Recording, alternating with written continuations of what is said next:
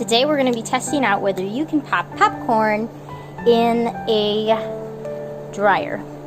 So I'm just going to take a little bit. I don't want to make too much. So I'm going to only put like a little bit in. Oh, it's already ripped. Okay.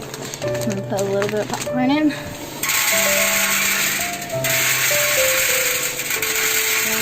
Okay.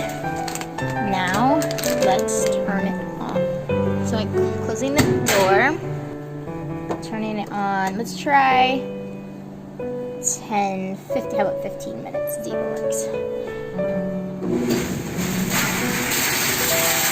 It makes a weird sound.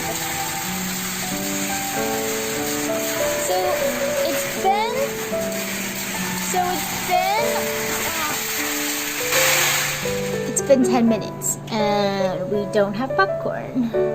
We just have seeds. Let's try for another 10 minutes and see what happens. So it's been another 10 minutes and I haven't heard any popping. Ooh, after another 10 minutes, no popping. So, does this actually work? I don't know. I don't think so. Maybe if we tried for longer, it would. Let's try another 10 minutes and see what happens. Still, nothing. No popcorn. Just seeds. Oh. So guys, the answer is no. You cannot pop popcorn with a dryer.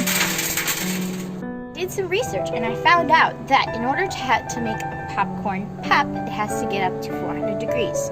And the dryer just simply does not get up to high enough heat in order for the popcorn to pop. So it's busted. You cannot pop popcorn with the dryer. Word of warning, do not put popcorn in your dryer. I messed up the dryer.